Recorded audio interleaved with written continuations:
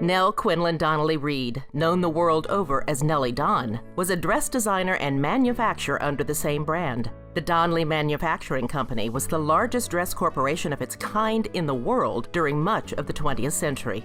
And Nellie Don was a powerhouse entrepreneur long before the term was even considered for a woman born in 1889. The fashions of the day were what Nell called the Mother Hubbard dresses. She refused to wear those.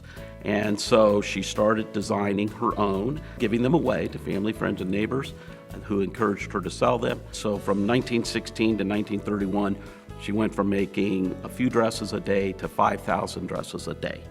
Nellie and Paul Donnelly were married when Nell was only 17.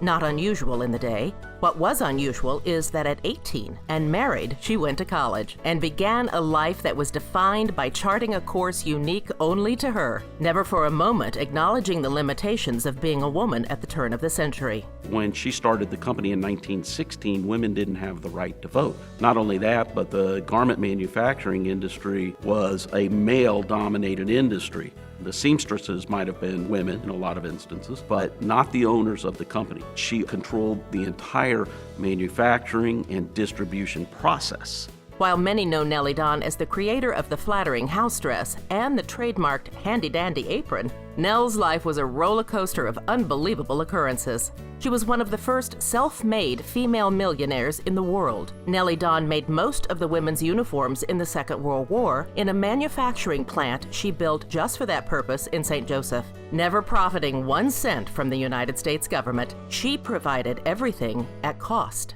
She fell in love with neighbor James A. Reed and later married him, was kidnapped in an attempted extortion plot, only to be set free by the Kansas City mob, who were urged to find her by her then paramour, Senator Reed, lest he expose them to the feds, and shot the first buck of the Michigan deer season in 1981 at the age of 92. Sounds a bit like a plot from a far-fetched theatrical play. Oh, yes, the story of Nell's life debuted in a musical that opened in Kansas City in March of this year. Nell is famous for 3 things relative to dresses. First was the quality of the design. Second was the quality of the manufacturing. And third was the affordability of the dresses. But beyond that, Nell was beloved by her employees, the vast majority of which were women. Nellie Don treated her employees like extended family.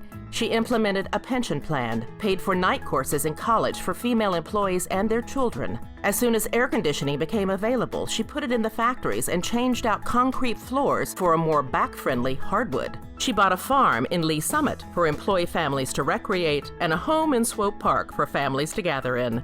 And every Christmas, all a child of an employee needed to do was to tell Mrs. Reed what they wanted under the tree, and somehow, miraculously, it always ended up there. Her generosity was legendary. Nellie Don, fearless businesswoman, groundbreaker, innovator, and pioneering dress designer whose smart and versatile frocks matched the lives of American women for whom they were designed, and a fitting inductee into the Star Women's Hall of Fame.